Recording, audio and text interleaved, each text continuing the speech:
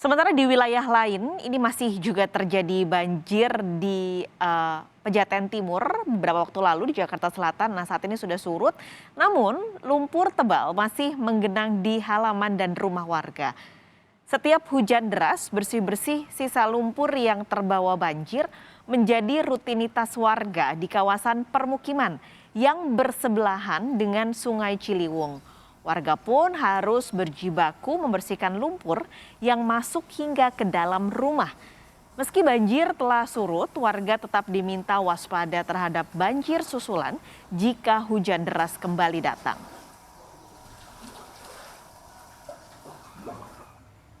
Kamis malam, akibat luapan Kali Ciliwung seusai hujan deras yang mengguyur Jabodetabek, permukiman warga di kawasan Pejaten Timur, Jakarta Selatan kebanjiran. Ketinggian air bervariasi dari 70 cm hingga 2 meter dan sempat memaksa warga mengungsi sementara.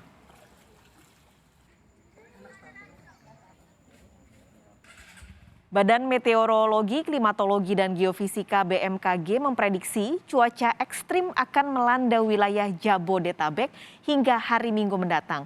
Kita akan langsung berbincang dengan Bapak Fahri Rajab, Kepala Pusat Meteorologi Publik BMKG, lewat sambungan Zoom. Selamat siang, Pak Fahri. Ya, selamat siang, Mbak. Prediksi BMKG ini untuk beberapa hari ke depan cuaca ekstrimnya terutama yang di Jabodetabek, Pak, separah apa? Ya, jadi saat ini wilayah Jabodetabek sudah memasuki tahap awal musim penghujan. Dan musim hujan kita tahun ini berbarengan dengan aktifnya periode La Nina, ya, dengan intensitas lemah hingga moderate. Nah, karena adanya fenomena La Nina ini, maka potensi curah hujan yang akan timbul itu akan semakin tinggi. Nah, dalam 3 hari ke depan kami memperkirakan memang masih ada potensi hujan dengan intensitas sedang hingga lebat di Jabodetabek. Hampir merata di seluruh wilayah Jabodetabek. Oke, merata untuk 3 hari ke depan. Ini karena La Nina bersamaan datangnya dengan musim hujan. Tapi Pak Fahri, kalau kita menengok sedikit ke belakang, sebenarnya cuaca ekstrim ini jadi lebih sering terjadi dalam beberapa waktu ke belakang. Ini sebenarnya kenapa? Iya, jadi memang ada riset yang menyebutkan bahwa jumlah hari dengan curah hujan ekstrim itu saat ini semakin bertambah pada beberapa tahun terakhir ini. Memang kita melihat dari catatan curah hujan yang ada di BMKG juga kita lihat tahun lalu, 2 tahun sebelumnya itu ada hari-hari dengan curah hujan ekstrim. Jadi BMKG mengkategorikan, membuat klasifikasi curah hujan harian, ya. Antara 50 sampai 100 mm itu kita sebut hujan lebat. 100 sampai 150 mm dalam satu hari hujan sangat lebat. Lebih dari 150 mm dalam satu hari kita kategorikan sebagai hujan ekstrim. Dan dalam beberapa tahun terakhir hujan di atas 150 mm dalam satu hari itu ada terjadi, gitu ya. Dan tahun ini pun peluangnya ada hujan di atas 150 mm dalam satu hari. Apakah memang perubahan iklim juga jadi salah satu penyebabnya, Pak? Ya, kalau kita bicara perubahan iklim tentu kita tidak bisa langsung menyimpulkan kejadian harian, gitu ya. Oh, hari ini karena perubahan iklim, tidak bisa seperti itu. Perubahan iklim itu harus dilihat dalam series yang panjang, ya, data 10 tahun, 20 tahun, 30 tahun. Nah, itu kita analisis. Namun ada dari IPCC pun ada rilis bahwa memang hari dengan jumlah hujan ekstrim itu semakin lama semakin banyak, gitu ya. Dalam beberapa tahun terakhir ini hari hujan di atas 150 meter itu semakin banyak kejadiannya.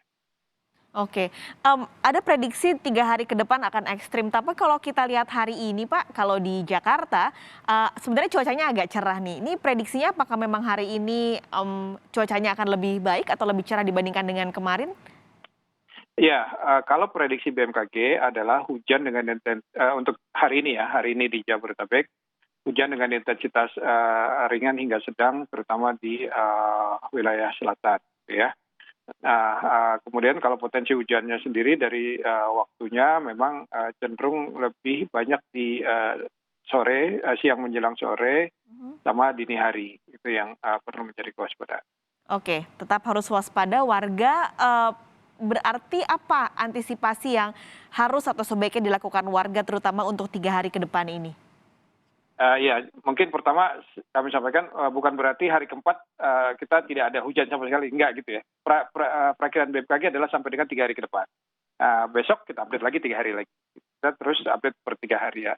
Walaupun rentang waktunya per 6 jam itu ada, per 3 jam, maaf, per 3 jam ada informasinya.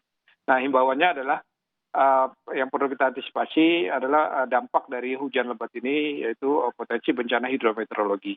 Apa saja bencana hidrometeorologi itu ya banjir bandang, longsor ini yang perlu kita waspadai. Apa antisipasinya? Kita bisa mulai dari lingkungan kita dulu masing-masing ya di rumah ya. Pastikan saluran air dalam kondisi bersih, siap untuk menerima dan mengalirkan air gitu ya. Jadi jangan buang sampah sembarangan apalagi di saluran air. Itu langkah awal yang harus kita mulai dari diri kita masing-masing gitu ya. Nah, kemudian dalam skala yang lebih luas, pemerintah baik pusat maupun daerah memastikan sungai-sungai, saluran air itu siap untuk menerima dan mengalirkan air. Kemudian langkah-langkah kesiapsiagaan juga seperti prosedur evakuasi, perahu-perahu karet, tempat penampungan itu saya yakin teman-teman di pemerintahan daerah sudah menyiapkan itu semua. Dan untuk masyarakat yang banyak beraktivitas di luar ruang ya, mungkin bisa menyesuaikan kondisi beraktivitas dalam kondisi hujan gitu ya. Misalnya menyiapkan payung, jas hujan gitu ya.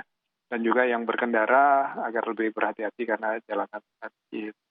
Nah, kemudian satu hal lagi juga yang tidak boleh kita lupa adalah waspada demam berdarah ya.